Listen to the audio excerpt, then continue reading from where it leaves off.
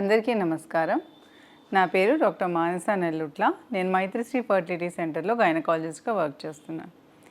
ఈరోజు మనం తెలుసుకోబోయేది ప్రొలాక్టిన్ అనే హార్మోన్ గురించి. సో ఇన్ఫర్టిలిటీ కోసం మనం టెస్ట్ చేసేటప్పుడు చాలా హార్మోన్స్ గురించి చెక్ చేసుకుంటాం. అందులో ప్రొలాక్టిన్ అనేది ఒక చాలా ఇంపార్టెంట్ హార్మోన్. దీనికి ఎందుకు టెస్ట్ చేస్తారు, దీనివల్ల ఉపయోగాలు ఏంటి అనేది చాలామందికి తెలియకపోవచ్చు. సో మన బ్రెయిన్లో పిట్యూటరీ అనే ఒక గ్రంథి ఉంటుంది. ఆ గ్రంథి నుంచి ప్రొలాక్టిన్ అనే హార్మోన్ సెక్రీట్ అవుతుంది. ఇది మనకి రిప్రొడక్షన్ అండ్ సెక్షువల్ ఫంక్షన్లో హెల్ప్ చేస్తుంది, మగవాళ్ళకైనా ఆడవాళ్ళకైనా. ప్లస్ ఆడవాళ్ళకి ప్రొలాక్టిన్ అనేది బ్రెస్ట్ మిల్క్ ప్రొడక్షన్లో కూడా హెల్ప్ చేస్తుంది అన్నమాట. సో కొన్ని కండిషన్స్లో ఈ హార్మోన్ అనేది ఎలివేట్ అవుతుంది. నార్మల్గా అయితే ఇది ఒక 3 నుంచి 25 నానోగ్రామ్ పర్ ఎంఎల్ అనే రేంజ్లో ఉంటుంది. ఇది ఎలివేట్ అయితే ప్రాబ్లం ఏంటి, ఎలాంటి సిమ్టమ్స్ ఉంటాయి అంటే, కొంతమందికి లేడీస్కి పీరియడ్స్ అనేవి ఆగిపోతాయి, హెడేక్స్ అనేవి ఉంటాయి, తర్వాత బ్రెస్ట్లో నుంచి ఒక లిక్విడ్ మిల్క్ లాంటి డిశ్చార్జ్ అనేది వస్తుంది. సో ఇలాంటి సిమ్టమ్స్ అన్నీ ఉన్నప్పుడు మనం ఈ హార్మోన్ కోసం ఎవాల్యుయేట్ చేసుకుంటాం. ఎలాంటి కండిషన్స్లో ఇది ఎలివేట్ అవుతుంది అంటే, పిట్యూటరీలో ఏదైనా చిన్న ట్యూమర్స్ అనేవి వచ్చినప్పుడు, మైక్రో అడినోమాస్ అంటారు, చిన్న చిన్న ట్యూమర్స్ ఉంటే.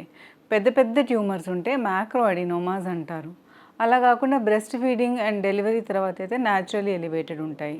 థైరాయిడ్, హైపోథైరాయిడిజం అన్నప్పుడు టీహెచ్హెచ్ ఎలివేట్ అయినప్పుడు దాంతోపాటు ప్రొలాక్టిన్ కూడా హై లెవెల్స్లోకి వెళ్ళిపోవచ్చు. అది కాకుండా కొన్ని రకాలైన డ్రగ్స్, యాంటీ డిప్రెసెంట్స్, యాంటీసైకాటిక్స్ అలాంటివి తీసుకున్నప్పుడు కూడా ఇది ఎలివేట్ అవుతుంది అన్నమాట. సో మనకి ఇది ఎలివేట్ అయినప్పుడు ఏంటి ట్రీట్మెంట్ అంటే, ఫస్ట్ అసలు ఎందుకు ఎలివేట్ అయింది ఏంటి అనేది తెలుసుకోవాలన్నమాట. ఒక్కోసారి 1 రీడింగ్తో కాకుండా 2 రీడింగ్స్ 3 రీడింగ్స్ చెక్ చేసుకుంటారు.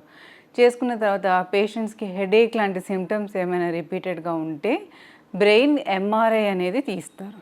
తీసి పిట్యూటరీలో ఏమైనా ట్యూమర్స్ ఉన్నాయనేది క్రాస్ చెక్ చేసుకుంటారు. స్మాల్ ట్యూమర్స్ అయితే మెడిసిన్స్తో కవర్ అయిపోతుంది. క్యాబ్గోలిన్, బ్రోమోక్రిప్టిన్, క్వినగోలైడ్ ఇలా రకరకాలైన మెడిసిన్స్ ఇస్తారనమాట. తర్వాత మరీ పెద్ద ట్యూమర్స్ అయితే ఆపరేషన్ చేయాల్సి వస్తుంది. లాప్రోస్కోపిక్ సర్జరీ ద్వారా స్కల్ బ్రెయిన్ బేస్ నుంచి సర్జరీ తీసేసి ఆ ట్యూమర్స్ అనేవి తీసేస్తారు. సో ఇదండి ప్రొలాక్టిన్ గురించి బ్రీఫ్గా ఇన్ఫర్మేషన్. కొంతమంది ఇన్ఫర్టిలిటీతో వచ్చే వాళ్ళకి ప్రొలాక్టిన్ హార్మోన్ అనేది హై లెవెల్స్లో ఉన్నప్పుడు జస్ట్ ట్రీట్మెంట్ పెట్టేసి దీన్ని కంట్రోల్ చేయగానే వాళ్ళ పీరియడ్స్ అనేవి రెగ్యులేట్ అయిపోయి వాళ్ళు ఇమీడియట్గా కన్సీవ్ అయిపోయిన సందర్భాలు కూడా ఉన్నాయి.